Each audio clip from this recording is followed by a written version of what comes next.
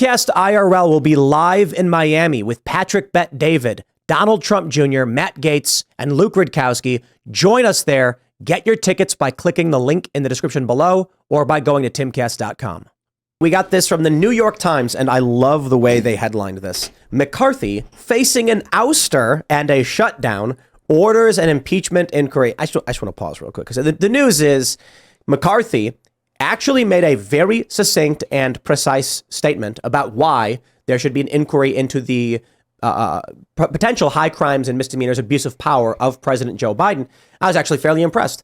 And for no reason, the New York Times includes this additional information. Notice the commas. How about a headline that says McCarthy orders an impeachment inquiry and nothing else? Yeah, that's the appropriate news headline.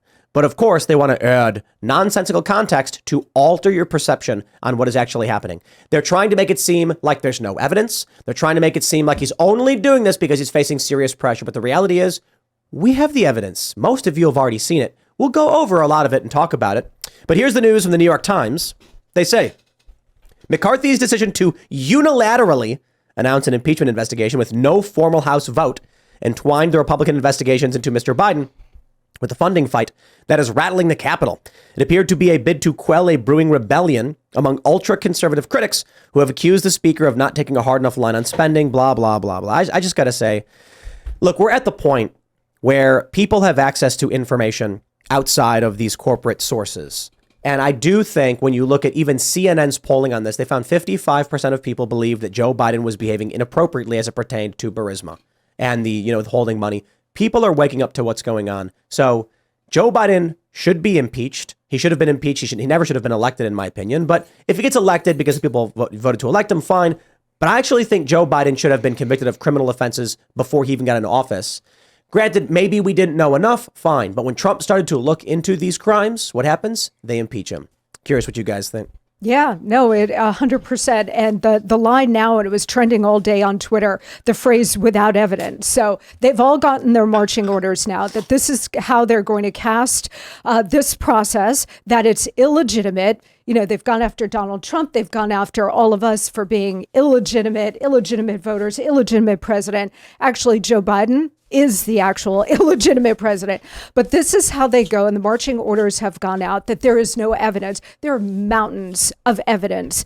This man, not just from when he was vice president, but from when he was a sitting U.S. senator all the way through the vice presidency. And you know what, guys? Nobody is talking about what he might be doing now. I mean, he is the sitting president of the United States, and nobody is talking about what he could be doing now. You know, also tease out the other point about this.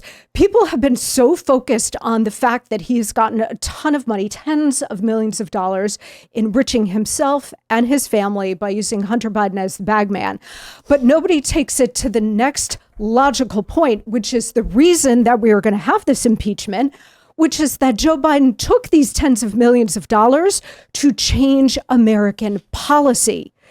That is the two direct things that the founders actually put in the Constitution defined for impeachment: bribery and treason and other crimes and misdemeanors. But if we can prove, and I think we certainly can because we have tons of evidence here, that he engaged in both actions, this man needs to be removed from office like yesterday. I have a question for you then. What do you think happens should there be an impeachment, right? The House finds that there is an impeachment that needs to happen, goes to the Senate, and the Senate finds him not guilty because of the makeup of the Senate is going to find him not guilty because we don't control that body. So they're going to, acquit him on that, and he will continue, assuming he's able to physically. But that's not really the point, right? The point, like the Democrats did with Trump. Democrats with Trump had no evidence. Trump did nothing wrong. They rammed through 2 fake impeachments without a vote. These are the new rules now, right? Yeah. So now we're going to follow those rules, and all of a sudden the Democrats have a huge problem with it. But the point is to air out all of this evidence, regardless of how it ends in the Senate. You go and do the right thing. The House has all of this evidence. Impeach the man, have it as part of the historical record, get all of the evidence on the record, and then allow the American people to see it. Just one thing, I don't want to come off like I was saying that I don't want to give you the impression that I'm against the idea, because that's not the case at all. But my concern is, I feel like you're correct about the evidence. It's overwhelming. It is clear that Hunter Biden was a bag man. It is clear that he was giving money to his father because of the things that his father could do. I don't see a whole lot of wiggle room in when you present the evidence, just the stuff that I've seen personally. That being said, like, what does that say for the U.S.? Like, the Donald Trump stuff, everyone knew that it was kind of a hack, right? It was just a garbage job because they didn't like him. And it wasn't actually that he did significant things. The idea of Hunter Biden having receipts of actual wire transfers, actually sending money to his dad, and all the stuff with it. Emails saying he's doing it. 100%. Yes. So when it comes out, and then when that comes out, and then we have a situation where he does not get found guilty, because that's what I strongly believe wouldn't happen. What does that say for the country? And I'm looking for more of an opinion than an actual, Let it be said. It says a lot. It's look, with the indictments of Donald Trump, with everything we're seeing in the January 6th case, and everything we don't see with the riots at the White House on May 29th, or the riots in D.C. on January 20th, 2017, I think everyone understands. And there was, I can't remember the order in which the pundits said this, but first it was that there is a two-tiered justice system, that there's, for the left and the right. And then someone else, it may have been Jack Posobiec, said it's actually three-tier. It's, if you're a regular person, they don't care about you. They might just throw you in the jail, ignore you. You're nothing. If you're a privileged elite establishment, you get protection and ignored. And if you're a Trump supporter, now they're going to throw the book at you every chance they get. Well, there was one person that called out the phony Trump impeachment right to their face. And I think the government is still pursuing legal action against that individual. He may or may not be on this show right now in a purple shirt. But, Monica, you might want to watch your step. Saying Joe Biden is illegitimately elected might be a criminal offense now. So we've got to be be very careful. Well, look, we all know, as you said, Tim, that these establishment corporate rags always want to deflect with the headline. And they're well aware that most people don't read past the headline. And so if they can try to manipulate your viewpoint via a distractive headline or a deceiving headline, then we know they're going to do that. But I think in this case, whether intentionally or not, the New York Times is actually right. I think Kevin McCarthy knows that Republican voters are sick of him. I think Kevin McCarthy knows that the House Republicans, specifically out of the Freedom Caucus, are sick of him. This is a guy that fought tooth and nail to be the speaker. I mean, he sat up there and took the slings and arrows because he wanted to be the speaker. He made a bunch of promises to House Republicans and Republican voters, and he hasn't delivered on any of them. And so right now, Matt Gaetz is putting the heat on Speaker McCarthy. And I actually think the New York Times is right. I think Kevin McCarthy knows that if he doesn't do something, even if it's just lip service, then Republican voters and Republicans in the House are going to realize this guy's an empty suit. I'm afraid of the lip service, not because like there's some kind of negative repercussions from the lip service, but I'm just so tired of ineffective and incompetent Republicans not doing things, being in positions of power and not using power. The Democrats have no issue, no hesitation exercising power when they get into, I would say, abusing power. Fair enough. And Republicans are terrified of it. They're afraid of being called names. Because they're more comfortable in the minority, right? I mean, they like being sort of on defense and they can fundraise off of it. They're more comfortable in those positions. But why is Matt Gaetz the only member of Congress who took to the floor today, as far as I saw, and delivered a barn burner of a speech against Kevin McCarthy? Look, we are in a war for the future of the country. We can't have these weak-kneed Republicans just being the loyal opposition anymore. Yeah. And the base gets it. I think a growing number of the American people understand that the hour is very late in the country. We're at a tipping point here. We've been under assault by these globalists, but certainly by the global Marxist revolution for almost a century, starting in the 1930s. And they've been chipping away at our Constitution. That's what I'm talking about. Let's cut to the core. I've been talking Cut about to the this a core. long time, okay? And we are now at the tipping point. And there's no more, to quote the Predator movie, we ain't got time to bleed. That's right. Okay? I And love so it. if you're in a position of authority in the GOP or any place in this movement and you don't get it or you're in on it with the other side, you got to go. We got to bounce you. And that includes the Speaker of the House if necessary. No more political clubs, right? And That's it. that seems to be the case in DC. Everybody wants to be in the club and they want to get along, and they don't want, whether it's a Democrat or Republican, kind of looking at them with the stink eye when they show up at the parties or when they show up in the Hamptons.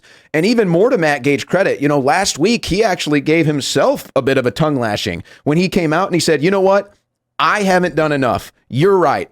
I haven't done enough. I need to do more. And he comes out and he gives that speech today.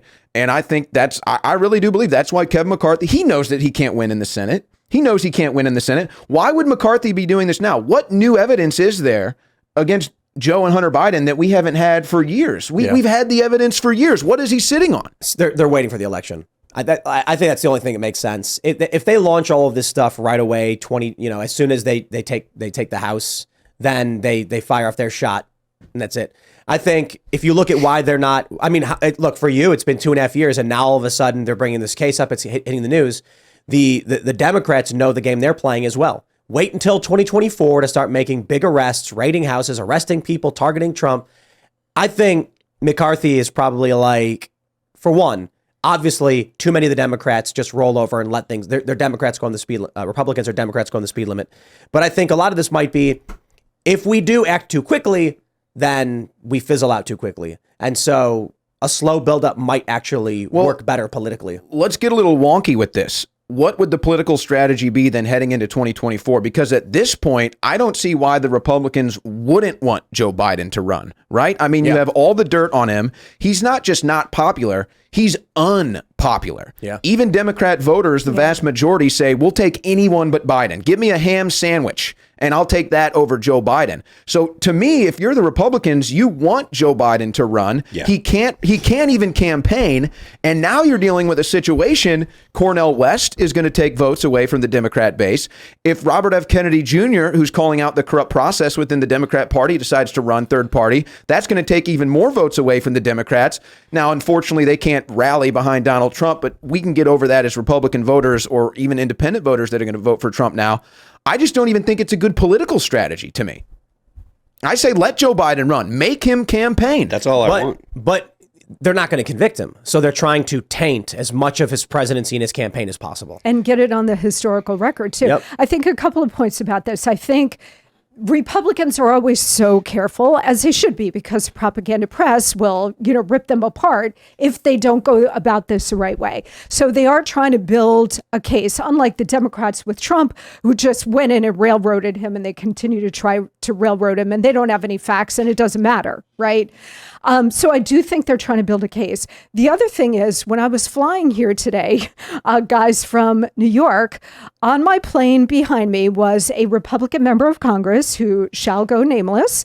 And this member of Congress recognized me. I recognized them. And this person is sort of establishment, I wouldn't say swamp, but sort of establishment trying to I don't know. Can I start guessing? Yeah, I think I've got some When are we going to ideas. play bingo here? My lips are sealed. There's a lot of Congress And people, though. So Yeah, I think I know who it is, though. we deboard the plane, and I went up to this member, and this member recognized me, and we start talking, and I said, I understand that you were trending on Twitter today. You probably guess who it might be. But in any case, we had a conversation about the impeachment, and this member of Congress indicated that at least they would like to see the impeachment done for sure, but wrapped up by like December 31st. So they don't want to drag it through an election year because at least the establishment members don't want it to flick back on them, right? Like they don't want the blowback. They think the press is going to jump all over them with this illegitimate impeachment and so on. So they want a lot of time and distance between the end of the impeachment, no conviction in the Senate, but an impeachment, and Election Day in November. At least that seemed to be the establishment point of view. Thanks for watching this clip from the Timcast IRL podcast. Hang out with us live Monday through Friday at 8 p.m. and become a member over at timcast.com for uncensored, members-only shows exclusive. Thanks for hanging out, and we'll see you all next time.